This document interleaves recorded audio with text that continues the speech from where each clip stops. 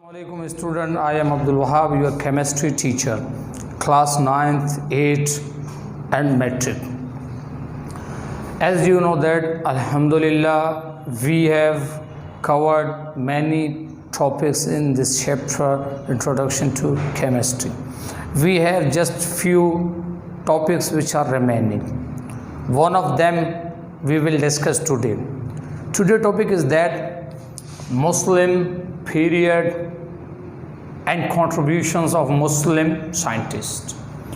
As you know that after the 500 CE, 600 to 1600 CE, बेटा 600 बाद मसीह से लेकर 1600 बाद मसीह, ये वो एक पैरा है एरा है 1000 साल का, जिसके अंदर मुसलमान साइंसदानों ने बड़ी साइंस की खिदमत की, बहुत सारी चीज़ें डिस्कवर की है, बहुत सारी इजादात की। तो इसके मुतल्लिक़ हम जस्ट मुख्तसर सी वीडियो है आज की लेक्चर की, कुछ पढ़ेंगे कि क्या क्या उन्होंने डिस्कवरीज़ की केमिकल्स में और क्या क्या इक्विपमेंट उन्होंने डिस्कवर किए हैं। Let's start. Discoveries of Muslim scientists. Muslim scientist ने जो लेबॉरेटरी इक्विपमेंट्स डिस्कवर किए हैं उसमें सबसे पहला आपके पास क्या है बेटा, फनल्स। आप अभी अगर आपने प्रैक्टिकल किए होंगे या अभी जैसे आप गूगल में जाएंगे तो आप सर्च करेंगे, आपके पास फनल की पिक्चर आ जाएगी। फनल्स इन्होंने डिस्कवर किए। बीकर जो आपको पता है जिसमें हम लिक्विड डालते हैं किसी भी चीज़ को बॉयल करने के लिए या कुछ जगनुमा होता है, वो बीकर भी मुस्लिम साइंटिस्ट ने ही डिस्कवर की है। क्रूसिबल्स फॉर मेल्टिंग फ्यूजन, ये भी इक्विपमेंट मुस्लिम साइंटिस्ट ने ही डिस्कवर की है।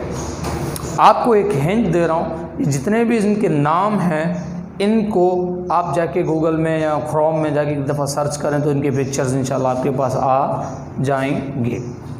Number 3, balances for weighing.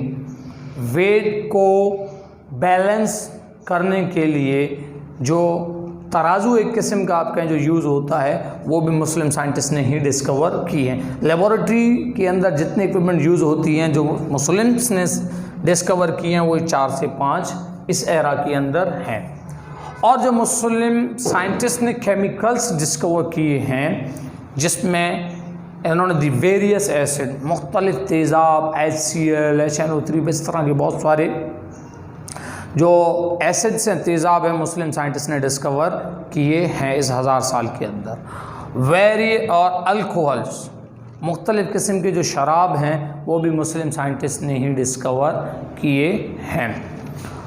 Plus medicine के अंदर मुस्लिम साइंटिस्ट ने बहुत ज़्यादा काम किया है। अगर आप हिस्ट्री में जाके थोड़ा सा उसको खंगालें तो आपको पता चलेगा कि इस 1000 साल के अंदर मुस्लिम साइंटिस्ट ने कितना काम किया है।